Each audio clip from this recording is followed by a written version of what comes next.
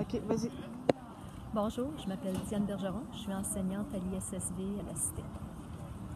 Et pourquoi vous faites le piquetage?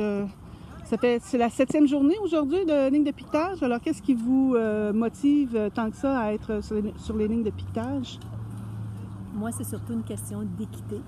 Ça fait longtemps que je suis dans l'enseignement, ça fait en réalité 30 ans, même cette année. Et puis, je constate qu'il y a énormément de professeurs à temps partiel et à charge partielle, de plus en plus, qui sont appelés à enseigner nos cours.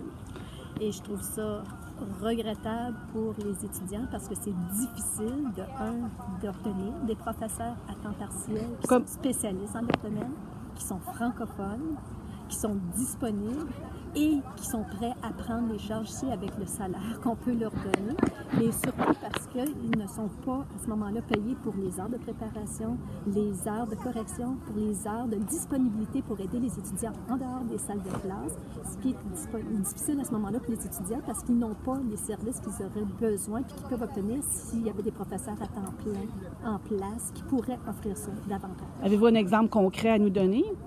Je sais qu'au niveau du programme programmeur en informatique de 2 ans, malheureusement, ce septembre, ils ont eu des problèmes. Sur les 5 cours qui étaient enseignés, il y avait seulement qu'un cours qui était disponible à la première semaine, qui était enseigné par un temps plein.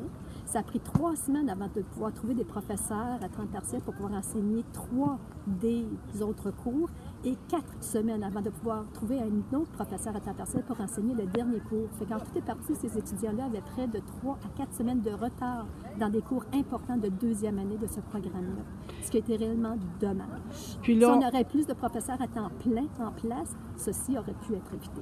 Et là, le fait qu'on est en grève dès la 6e semaine, ça veut dire que ces étudiants-là ont eu 1 cours ou 2 cours ou peut-être 3 cours. Il manque d'autres cours, en effet, à cause de la grève, ce qui veut dire qu'ils vont accuser un gros retard. C'est difficile pour ces étudiants-là parce que plusieurs auraient pu avoir accès à des stages coop à l'hiver dans ce programme.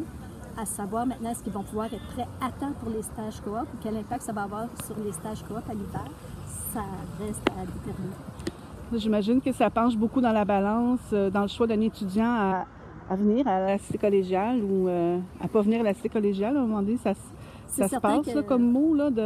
C'est pas une bonne réputation, c'est certain. Ça nuit à la les réputation. Étudiants, à ce moment-là, c'est difficile de constater qu'ils pourraient venir dans un programme et qu'on aurait de la difficulté à avoir des professeurs en place pour pouvoir enseigner la matière dont ils ont besoin. C'est ça. Bien, merci beaucoup de votre témoignage. Merci. Là, j'ai aucune idée.